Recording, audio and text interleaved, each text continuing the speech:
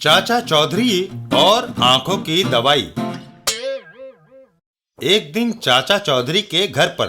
चाचा जी, मैं नत्थू की टाल पर लकड़ी काटने जा रहा हूँ। ठीक है साबू, उससे तुम्हारा व्यायाम हो जाएगा और नत्थू की लकड़ी कट जाएगी।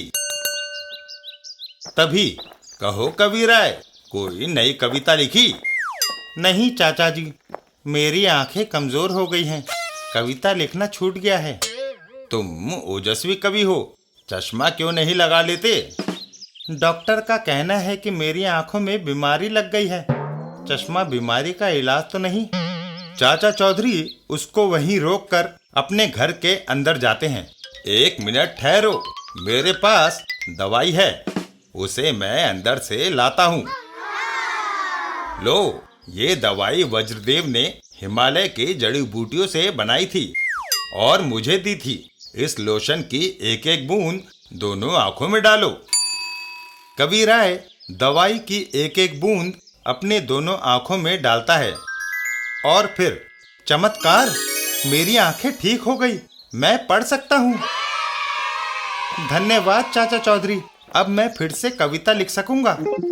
तुम्हारी आंखों की रोशनी 100 साल तक भी कमजोर नहीं होगी। एक दूसरी जगह है, जादूगर गगनबश। सुग्गा, जादू के खेल दिखाकर थोड़ा थोड़ा पैसा कमाने में कुछ नहीं रखा। कुछ ऐसा धंधा करें जिससे हम एकदम अमीर हो जाएं। चाचा चौधरी के पास आंखों की ऐसी दवाई है जिसका एक कतरा डालने से आदमी की निगाह 100 साल तक खराब नहीं होती। अंधे हो रहे आदमी को अगर ये पता चल जाए कि दवाई डालने से उम्र भर के लिए उसकी आंखों की ज्योति मध्यम नहीं पड़ेगी, तो वो एक बूंद दवाई के लिए 10,000 रुपए देने को तैयार हो जाएगा। वह मिलेगी कैसे? साधु का भेष बनाकर जाओ। गगनबश अपने तिलस्मी ग्लोब के पास जाता है।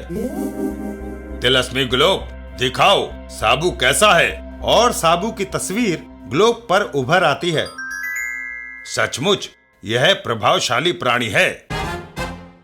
जम जम, मुझे साबू बनाओ। और जादूगर गगनबश साबू के रूप में बदल जाता है। गगनबश, तुम बिल्कुल साबु लगते हो। वो दोनों चाचा चौधरी के घर की तरफ चल देते हैं। चाचा चौधरी के पास वह दवाई कितनी होगी? पूरी शीशी भरी है। तब तो मैं लखपति बन जाऊंगा। एक बूंद 10,000 रुपए की बेचूंगा।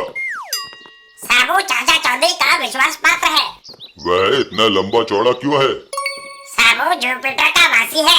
एक बार वह पृथ्वी पर आया था, तब से चाचा चौधरी के पास रहता है। दोनों एक दूसरे के पूरक हैं।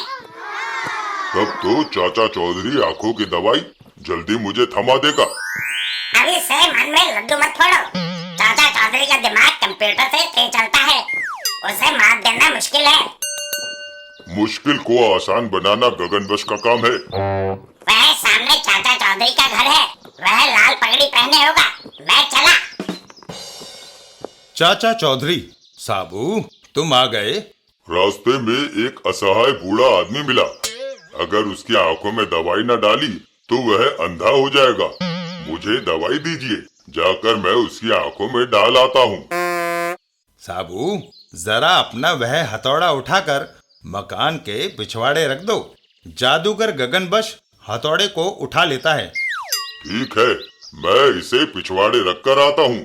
तब तक आप दवाई लाइए।